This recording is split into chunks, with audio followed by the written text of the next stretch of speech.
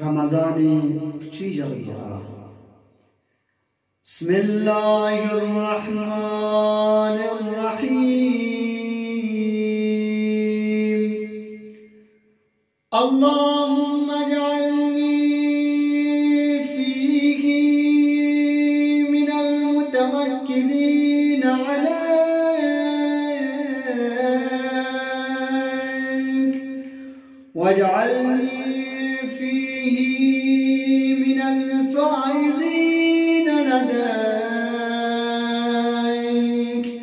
واجعلني فيه من المقربين إليك